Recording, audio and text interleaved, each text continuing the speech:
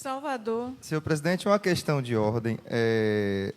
Para a votação do projeto de diretrizes orçamentárias ou para qualquer outro projeto de lei, é necessário que se abra uma discussão antes da votação, que é o artigo 140 do regimento.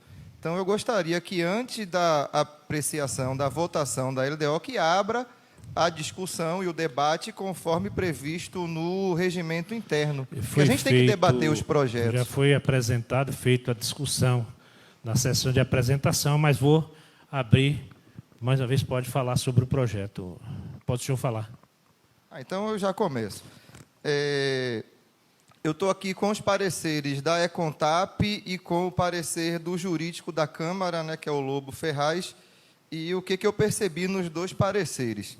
No parecer da Econtap, ele usa o artigo 48 da Lei de Responsabilidade Fiscal, que é a Lei Complementar 101, de 2009, que no artigo 48 são instrumentos de transparência da gestão fiscal aos quais será dada ampla divulgação, inclusive em meios eletrônicos de acesso público, em meios eletrônicos, mais de um.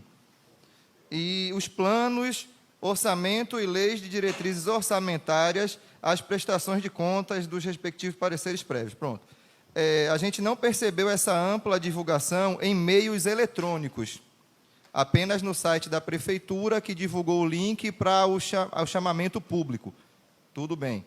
Aí, no próprio parecer da Econtap, ele usa o próprio artigo 48, parágrafo 1º, inciso 1º. Os mecanismos previstos no caput desse artigo serão operacionalizados.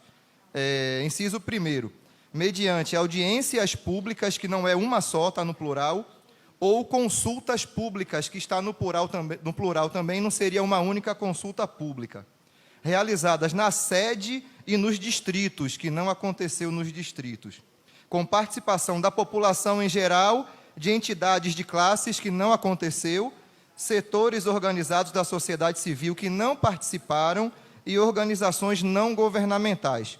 Então, nesse parecer, eles não provam a ampla de participação da sociedade civil organizada, não prova que foi feito mais de uma consulta pública, porque na lei fala consultas públicas no plural, ou audiências públicas no plural, que também não seria uma só. Esse é no parecer da Econtap, porque, pelo que está escrito e pelo que eu li, a Prefeitura não cumpriu o que está na Lei de Responsabilidade Fiscal, porque não teve ampla divulgações em diversos sites e também não teve a ampla participação das entidades de classe, e foi uma única consulta pública que foi realizada.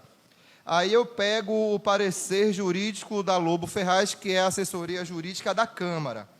Aí eu vou me atentar à conclusão. Conclusão do parecer jurídico da assessoria da Câmara. Ante o exposto, o opinativo é no sentido de ser condição para aprovação,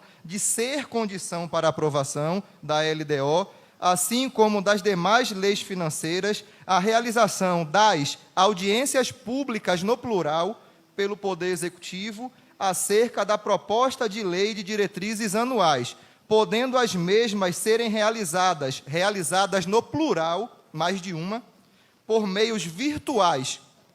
Agora, o que eu achei mais importante, desde que sejam assegurados o efetivo debate e participação com interação da população. Esse é o parecer jurídico da assessoria da Câmara. Então, por si só, ele prova que não teve a participação e a interação da população e nem o efetivo debate nas consultas públicas, porque o município ele só realizou uma consulta pública. Eu mesmo não fui convidado de forma oficial, conversei com presidentes de conselhos e presidentes de associações, também não receberam o convite, e por esse motivo eu acredito que a Câmara ela não tenha como aprovar a Lei de Diretrizes Orçamentárias, porque não teve, conforme previsto na Lei de Responsabilidade Fiscal, de audiências públicas ou chamamentos, consultas públicas no plural. Foi apenas uma consulta pública